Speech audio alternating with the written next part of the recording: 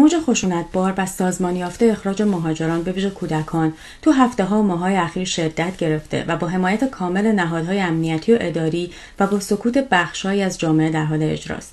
حکومت تو سالهای گذشته با خودداری عامدانه از صدور مدارک شناسایی برای بسیاری از کودکان اونا رو عملاً بدون تابعیت کرده و حالا امروز همون کودکان رو بازداشت میکنه، از والدینشون جداشون میکنه، در اردوگاه‌های با شرایط غیر انسانی نگه میداره و در نهایت اخراجشون میکنه.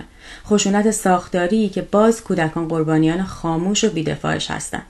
بر اساس پیماننامه حقوق کودک که ایرانمون رو امضا کرده، ثبت رسمی تولد، داشتن شناسنامه و برخورداری از هویت از حقوق اولیه و اصلی همه کودکان هست، بدون استثناء و صرف نظر از محل تولدشون.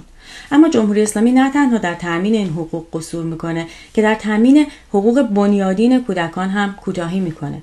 همونطوری که نبود غذا، پوشاک و مسکن حیات کودک رو تهدید میکنه، نداشتن شناسنامه و حق تحصیل کرامت انسانی و آینده کودک رو نابود میکنه.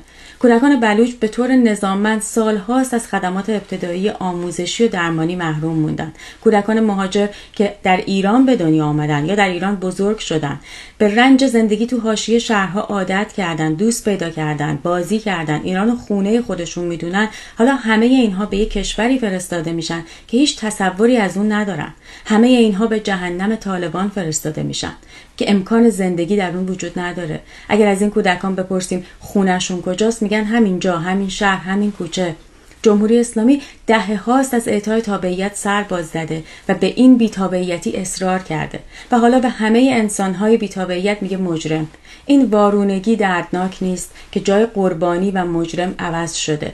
این تنها نقض آشکار حقوق بشر و حقوق کودک نیست، یادآوری تلخی هست از تاریخی که اگر ببینیم و ساکت بمونیم دوباره تکرار خواهد شد.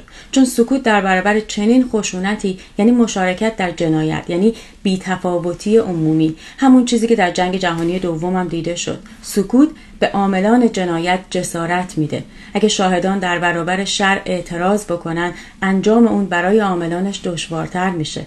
این مسئولیت اجتماعی ما و همه آحاد جامعه است که در برابر این خشونت و جنایت سکوت نکنیم. بی تفاوت از رنج این کوچکترین و آسیب پذیرترین عضو جامعه انسانیمون یعنی کودکان نگذریم.